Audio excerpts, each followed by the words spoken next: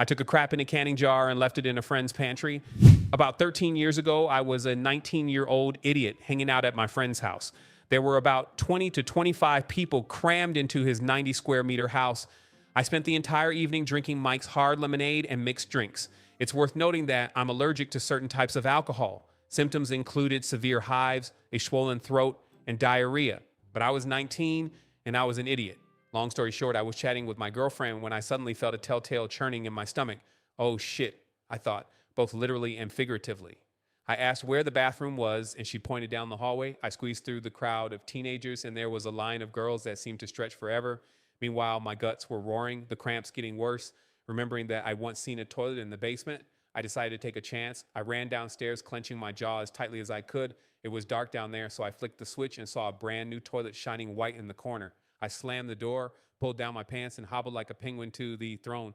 But then came the surprise. The toilet was there, but it wasn't connected to the plumbing. It was simply stuck in the corner. Apparently, the repairs had stalled halfway through. I found myself in a dire situation. If I took a crap in there, everyone would know, and I wasn't invisible, but my butt was already burning like hell, and it was impossible to hold on. I panicked. Then I looked around the room, and my gaze fell on an open glass jar of dried aromatic flower petals.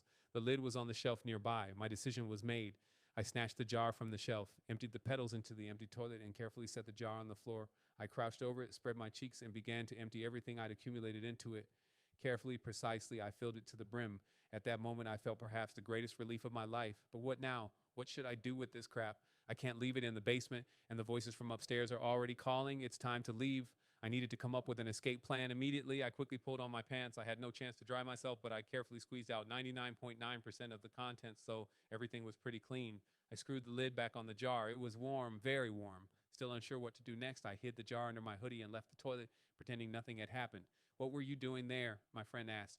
Just freshening up, I blurted out, absolutely terrified she'd noticed me smuggling out the jar of crap. Hurry up. Everyone in the kitchen is waiting for you to leave. She commanded. I pushed through the crowd into the kitchen. Everyone was crowded around the pantry door right next to the garage entrance. There you are, they shouted and opened the garage door. And here it was, my chance. The open door blocked my view of the pantry. I did it. I pulled the jar out from under my sweater and placed it next to other identical jars. Then I left the house with my friends. I still think about it to this day. I just can't believe I wasn't caught in the end. And I'm still plagued by several questions. Did anyone find that jar and open it? Did they think it was beef stew? Did they taste it, smell it, throw it away? I regret what happened, but I was desperate at the time. This is my poopy confession.